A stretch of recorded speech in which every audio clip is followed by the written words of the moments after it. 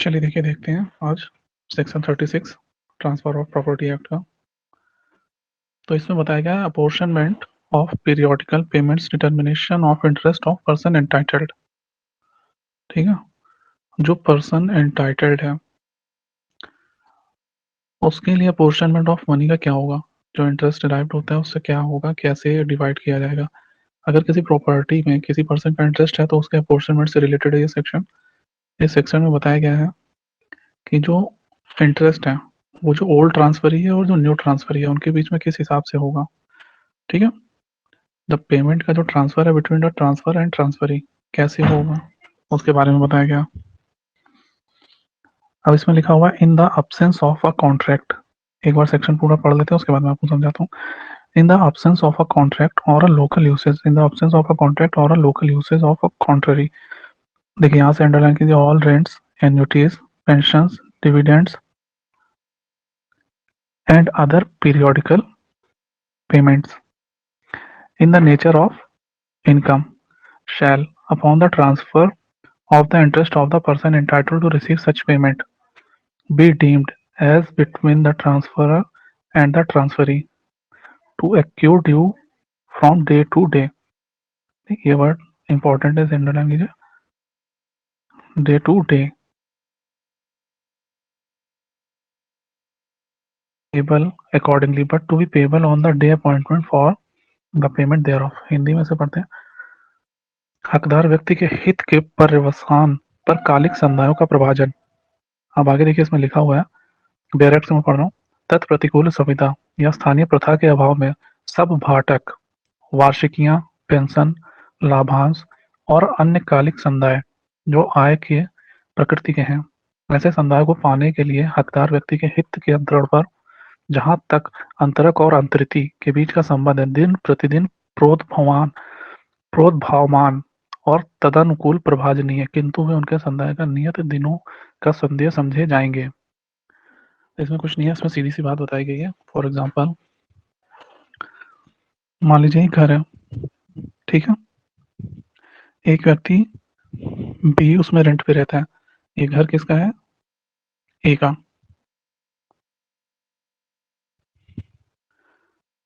ए की जो ड्यूटी है वो हर महीने 1 तारीख को ए को पैसे ट्रांसफर कर देते हैं। अब ए क्या करते हैं, ये मान लीजिए किसी भी दिन, हम मान लेते हैं फिर 14th को ये मकान सी को ट्रांसफर कर देते हैं। ठीक, तो अब यहाँ पे जो बी नेक्स्ट मंथ का अपना किराया हिसाब से बांटेंगे उसके बारे में सेक्शन 36 बताता है। अब देखिए ए के पास 14 डेज तक रहा और सी के पास फर्दर 16 डेज। लेट इनका बी का जो रेंट है 3000 पर एनम है, अरे पर मंथ है। तो यहाँ पर जो ए को जो मिलेगा पेमेंट इस अकॉर्डिंग डे टू डे के हिसाब से, तो ये मिलेगा 1400 रुपीज और बी के लिए यही हो जाएगा 1600 रुपीज। ठीक, तो इसमें यही बताया गया है कि ये जो पीरियोडिकल पेमेंट है, ठीक है ना, तो ये कैसे ट्रांसफर और ट्रांसफरी के बीच में डिवाइड होगा। तो ये होगा डे टू डे बेसिस में, बताया ना, as between the transfer and transferee to accrue due from day to day and to be apportionable accordingly but to payable on the day appointed for the payment thereof। okay, 37 में बताया गया apportionment of benefit of obligation on severance। जो apportionment है benefit का, ये जो benefit of obligation है, ठीक है ना, इसका जो अपॉर्शनमेंट है ऑन द बेसिस ऑफ सीवियरेंस। अगर कोई चीज है उसका ऑब्लिगेशन करना है, बेनिफिट का ऑब्लिगेशन वितरण करना है बेनिफिट का, अगर वो सीधा हो जाता है तो उसका और ऑब्लिगेशन का वितरण जो है ट्रांसफर और ट्रांसफरी के बीच, और जो बेनिफिट ऑफ ऑब्लिगेशन है वो होगा डिवाइड हो जाएंगे उन लोगों के बीच में। लेट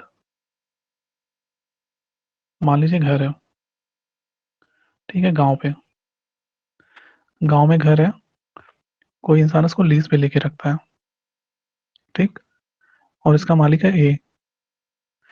ये हर महीने की पहली तारीख को ए को, मान लीजिए बी है, बी हर महीने की पहली तारीख को ए को 10 रुपये और एक भेड़ देता है आके, ठीक। अब ये क्या करते हैं, ये किसी भी दिन उठा के 14th ऑफ द डे या सेकेंड नेक्स्ट डे, ये जो जगह है जिसे इन्होंने लीज पे दे रखा है, सी, डी और ई को बेच देते हैं, ठीक। और इसमें सी का शेयर रहता है 50% का, डी और ई का 25% का, ठीक। तो नेक्स्ट मंथ जब बी लीज के लिए पैसे देने जाते हैं, तो 10 रुपए में से तो 5 रुपए सी ले लेते हैं, बाकी 2.5 रुपए डी और ई ले लेते हैं, बची भेड़। भेड़ का क्या करेंगे, भेड़ तो बिकेगी नहीं या कटेगी नहीं वहां पे। तो ये तीनों सी, डी और ई आपस में समझौता करते हैं और फिर ये जो भेड़ है किसी एक आदमी को दे देते हैं, ठीक। क्योंकि भेड़ जो है वो सीवियरेंस नहीं हो सकती, मतलब उसको बांटा नहीं जा सकता। वो बात अलग है कि आप काट के उसे बांटे, पर यहाँ पे भेड़ को काट के नहीं बांटना है, इसलिए उसे सीवियर नहीं किया जा सकता, पैसे आपस में डिवाइड हो जाते हैं। तो इस सेक्शन में यही बताया गया है, जो चीज सीवियर हो जाती है, ठीक है, उसका तो अपोर्शनमेंट हो जाएगा, और जो चीज सीवियर नहीं होती है उसका अपोर्शनमेंट नहीं होगा।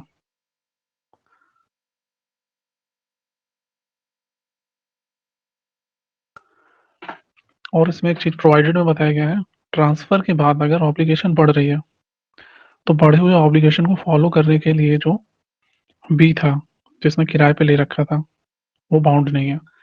मान लीजिए जिस गांव में जमीन लीज पे दी गई थी, उस गांव में था कि जिसकी भी जमीन है वो उस लीज वाली जमीन का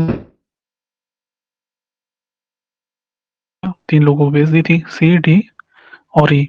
अब यहाँ पे इस जमीन के 3 मालिक हो गए थे, तो उस अकॉर्डिंग से सी के घर के सामने बी को 10 दिन लगानी पड़ती, डी के घर के सामने भी 10 दिन लगानी पड़ती, ई के घर के सामने भी 10 दिन लगानी पड़ती, पर ये गलत था, ठीक है ना। तो इस जो बढ़ी हुई ऑब्लिगेशन को बाउंड है नहीं है बी फॉलो करने के लिए, ठीक। एक इसका प्रोवाइडेड ये हो गया, और जो दूसरा प्रोवाइडेड इसमें दे रखा है उसके बारे में बताया गया है, जिस पर बर्डन ऑफ ऑब्लिगेशन ऑब्लिगेशन है, अगर उसको विभाजन की सूचना नहीं है, मान लीजिए बी है, उसको विभाजन की सूचना नहीं थी कि उन्होंने बेच दिया है और इसका विभाजन हो चुका है, ठीक, या जमीन को बेच दिया गया इसकी भी सूचना उसको नहीं है, और वो बी जो है जाकर ए को नेक्स्ट मंथ पैसे दे देता है, ठीक है। तो ये उसके लिए लायबल नहीं होगा कि उसने ए, सी, डी और ई को क्यों पैसे नहीं दिए, ठीक, क्योंकि ए की ड्यूटी थी इसको बताना, या सी, डी, ई की ड्यूटी थी इसको नोटिस देके बताना कि ये जमीन अब हमारी है, ठीक। इसका एग्जांपल है, जैसे मान लीजिए अगर सीवियरेंस की सूचना नहीं पहले मालिक को किराए के समय दी जाती, तो फेल्योर जब हो जाता है उसका, मतलब जो सी, डी को नहीं दे पाता है, तो इसके लिए जो बी है वो लायबल नहीं होगा, ठीक। और इसमें लास्ट में एक एक्सप्लेनेशन दे रखा है, एक्सप्लेनेशन में बताया गया है कि इस सेक्शन की कोई बात, ठीक है ना, इस सेक्शन की कोई भी बात, nothing in this section applies to lease for agriculture purpose, कोई भी चीज जो एग्रीकल्चर पर्पस पर लीज पे जमीन ली जाती है उस पर लागू नहीं होगी, जब तक state government by notification official gazette में ये डायरेक्ट नहीं कर देते कि ऐसा हो सकता है, ठीक। इसके बाद के देखिए दोनों इलस्ट्रेशन मैंने अभी समझा दिए, तो आपका सेक्शन 36 और 37 कंप्लीट होता है।